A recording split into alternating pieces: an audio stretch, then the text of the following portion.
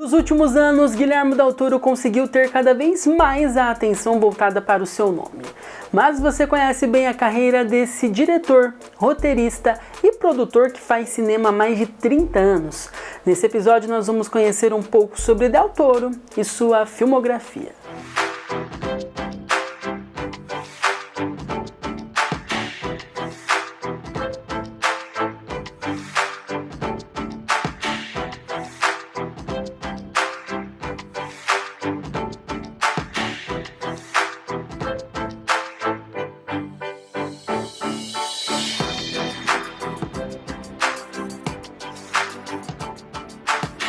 Guilherme Del Toro é um dos cineastas mais influentes da atualidade, seja no mundo artístico ou no campo nerd.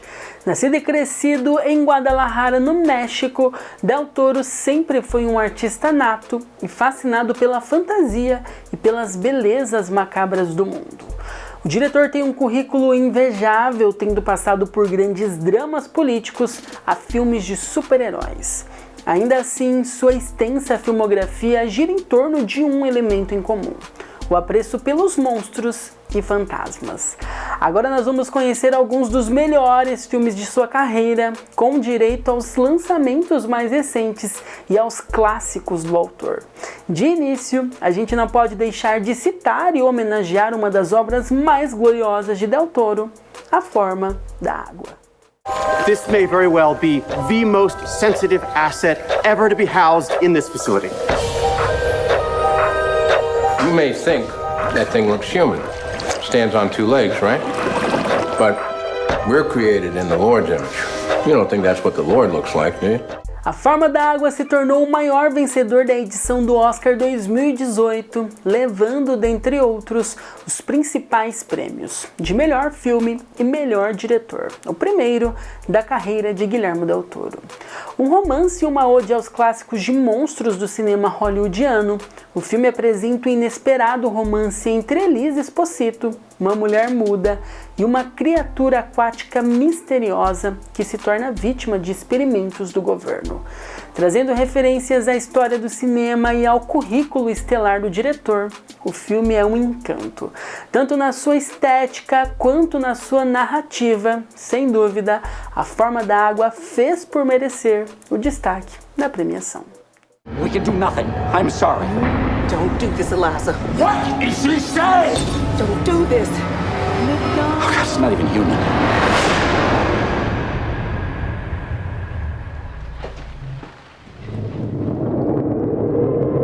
If I told you about her, what would I say? I wonder. Diferente de A Forma da Água, A Colina Escarlate não foi muito bem recebida na época do seu lançamento, mas ainda assim o filme tem uma boa parcela de fãs e apresenta mais uma obra única do diretor, que trilha entre um romance gótico com uma grande inclusão de horror sobrenatural, envolvendo fantasmas e espíritos assombrosos. Altamente inspirado por vários Penny Dreadfuls, que são histórias de horror do século XIX no Reino Unido, o filme segue uma escritora americana se apaixonando por um barão inglês, indo mudar-se para seu lar, na Colina Escarlate.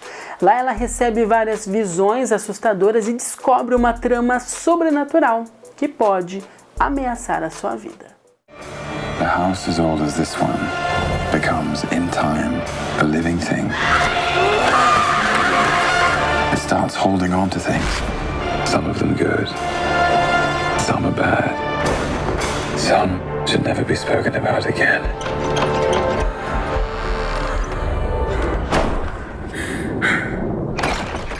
Um dos filmes mais lembrados da carreira de Del Toro, e reafirmando a sua paixão por fantasmas, é A Espinha do Diabo, que é basicamente um drama embrulhado em um conto de terror.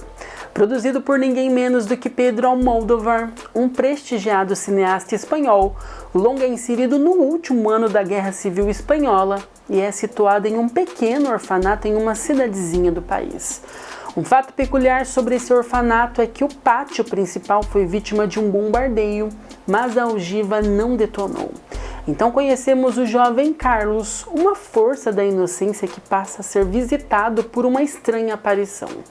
Aos poucos, Carlos descobre a história sobre Santi, um garoto que sumiu no mesmo dia em que a bomba caiu do céu. A Espinha do Diabo mostra muito bem a perspectiva da criança em tempos tão tumultuosos e, claro, como elas lidam nesse período de guerra.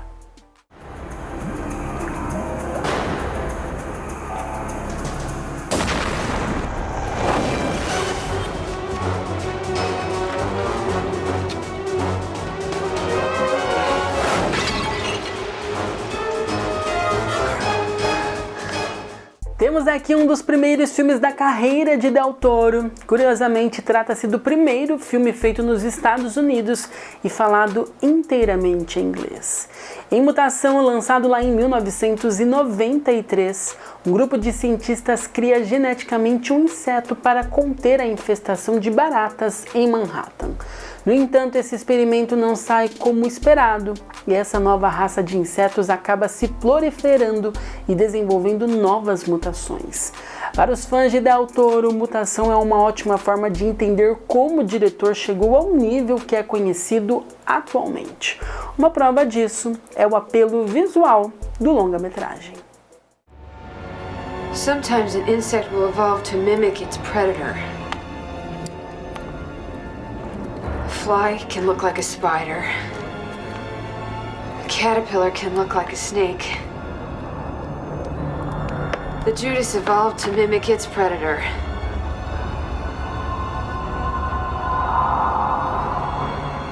Us. Na fase já consagrada de sua carreira, Del Toro foi convidado para dirigir um filme de super-herói, adaptando um icônico personagem da Marvel Comics. Após ter se interessado pelo primeiro filme do Blade, o Caçador de Vampiros, ele foi chamado para assumir a continuação que se mantém como um dos melhores longas de HQs até hoje. Em Blade 2, o cineasta alterou toda a percepção que temos sobre vampiros, enquanto tornou o personagem interpretado por Wesley Snipes em um anti-herói mais poderoso. Blade 2 é um dos poucos filmes que mescla perfeitamente a ação de super-herói com terror visceral. So exciting. 5, 4, 3, 2, 1. Keep your friends close. Sem dúvida, se você é um amante desses filmes que envolvem em sua trama vampiros, fantasmas, monstros, com certeza já deve ter conhecido vários filmes dirigidos por Guillermo del Toro. A gente vai fazer agora uma breve pausa aqui no Estação, mas não saia daí que ainda tem vários filmes do diretor mexicano que precisam ser citados. A gente volta logo.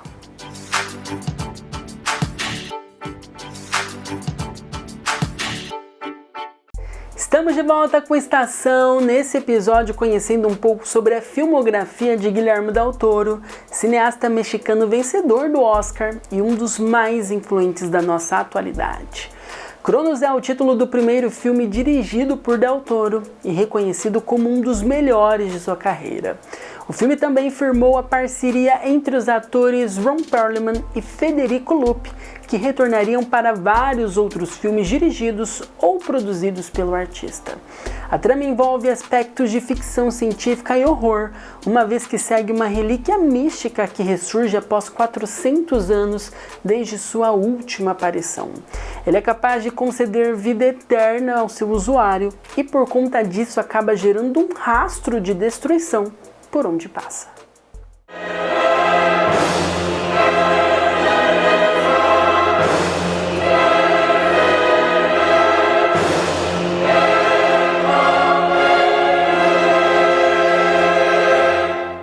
Guillermo del Toro não é nenhum novato no gênero dos super-heróis e já teve a sua própria franquia. Em Hellboy 2, O Exército Dourado, ele não apenas dá continuidade à trama do primeiro filme, como aprofunda assim elementos das HQs do personagem. Ao mesmo tempo, ele cria um universo tão vasto e rico, tanto no visual quanto na narrativa, estabelecendo uma trama fantástica e que não deve em nada aos filmes de super-heróis mais recentes. Destaque para a composição estética dos personagens, especialmente os elfos e o Anjo da Morte, que são de causar arrepios. Red, why are you with me? Do you need everyone to like you? Everybody? Or am I enough? Think about it.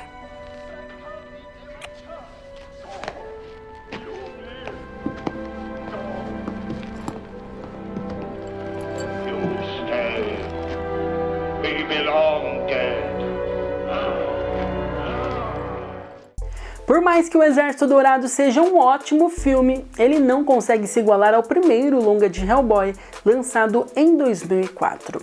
Na primeira aparição do personagem, o filme não apenas consegue introduzir perfeitamente o herói, como também nos deixou perplexos com a interpretação de Ron Perlman no papel. O longa apresenta diversos elementos dos quadrinhos, como o Esquadrão de Pesquisa e Defesa contra Atividades Paranormais, e vários de seus personagens, como o anfíbio Abe Sapien, que certamente deve ter sido uma grande inspiração para A Forma da Água, um dos sucessos mais recentes de Del Toro. Oh my God. Behind this door, ancient evil. Let me go in and say hi. Lançado em 2013, O Círculo de Fogo é um dos trabalhos mais brilhantes de Del Toro e certamente um dos mais memoráveis também.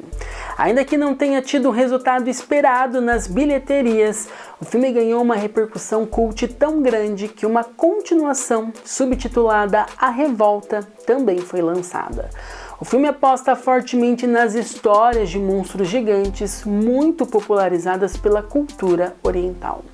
Aqui, a humanidade criou enormes robôs para enfrentar monstros alienígenas que surgem de um portal interdimensional no Oceano Pacífico.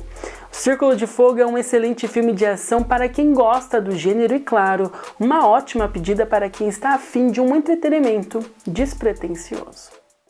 At the end of our time, we have chosen to believe in each other. Today we face the monsters that are at our door. Today we are canceling the apocalypse.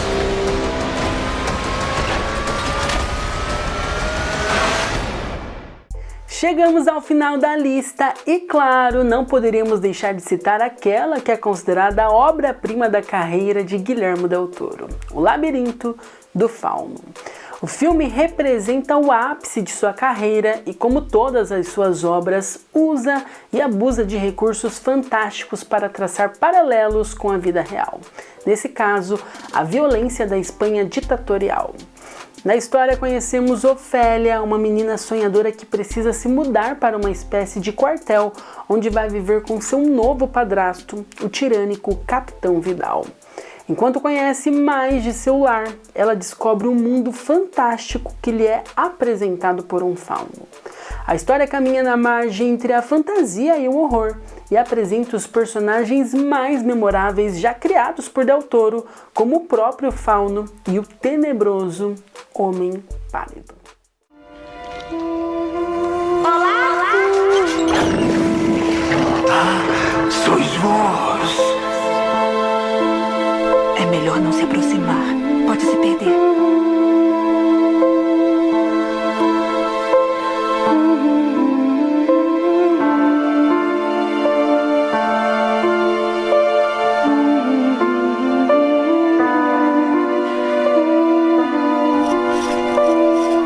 Uma vez aberta a porta, iniciai o relógio de areia.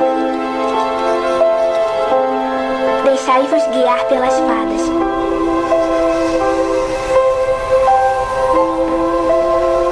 Não comereis nem bebereis enquanto estiverdes lá. E assegurai-vos de voltar antes que caia o último grão de areia.